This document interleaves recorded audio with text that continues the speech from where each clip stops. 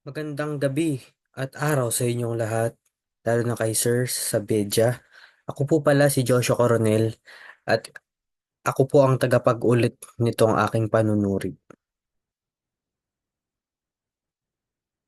Ah, ako po si Joshua Coronel, isang 19-year-old na estudyante ng National University po. At ako po ay Financial Management at ang mga inaaral ko po ay tungkol sa pera kadalasan at pagmamanage, pag-analyze at madami po pong iba. Isa po sa mga hilig ko ang pag-a-analyze po kasi mas natututunan po ako at mas madami po akong nalalaman. Isa pa po sa kaginagandahan nito kasi isa po siya mga kagandang trabaho at may mataas na sweldo. At nag-enjoy po ako sa ginagawa ko sa kurso ko. So, ako nga po pala ulit si Joshua Cordel. Ako po ang pangapat sa aming sa limang magkakapatid. At ako po ay nakatira sa Mandaluyong City at Cainta Rizal po. At nandito po ako ngayon dahil gusto kong malaman nyo ang aking ipag-uulat ngayong gabi na si Tandang Tata Selo po. So, ang Tata Selo po isang maikling kwento ni Rogelio Sicat. So, sa paksa po natin ngayon, ang maikling kwento na tataselo ni Rogelio Sicat ay nagsasalaysay tungkol sa isang matandang magsasaka na nangangailangang tataselo sa nagdaranas ng matinding pagbabago sa kanyang buhay at sa kanyang komunidad. Sa kwento, makikita ang mabigat na epekto ng modernisasyon, hindi lamang sa kabuuan ng mga tao sa kanunuan kundi pati na rin sa kanilang tradisyon at kultura sa isa rin nitong masusing pagtatalakay sa isyu ng hindi pantay na karapatang pantao kung saang nahahayag ang diskriminasyon at pang-abuso ng mga may, may kapangyarihan laban sa mga mas mababang antas ng ating lipunan po. Ang kwento ay nagbibigay diin sa pakikibaka ng mga magsasaka at ng mga maralita para sa katarungan at karapatan sa gitna ng lipunang walang pagkakapantay-pantay. Dahil nga po ito'y sa oras ng mga Hapon, ng mga Espanya.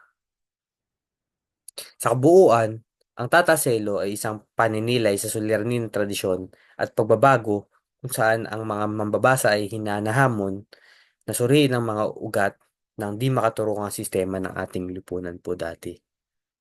So, ang buod po ng kwentong ito na tataselo.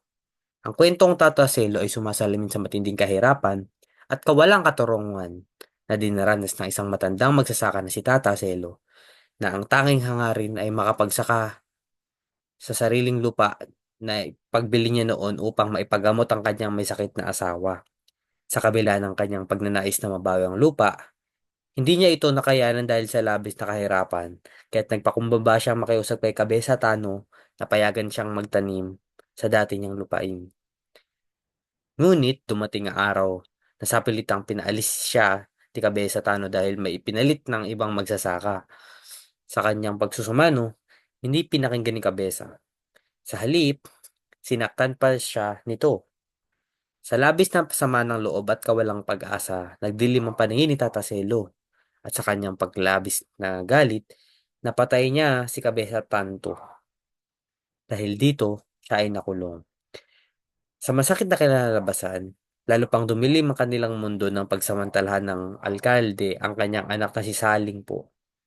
Sa kabila ng kanilang pagdurusa, wala silang magawa laban sa makapangyarihan na naig ng hustisya ng mayayaman. Pinakita ng kwento kung paano pinapahirapan at pinagsasamantalahan ang mga nasa laylayan ng lipunan ng mga nasa kapangyarihan dati po.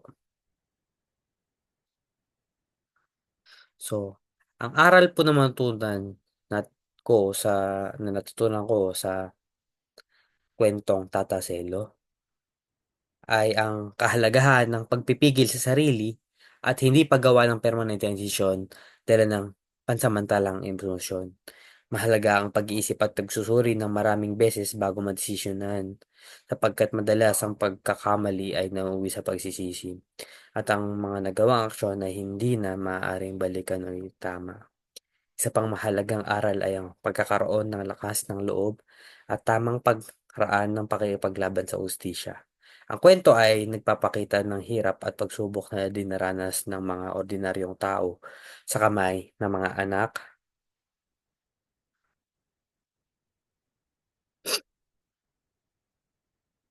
Kaya't ito rin ay nagtuturo ng pagkamulat sa mga sistema ng lipunan na kadalasang may kinikilingan.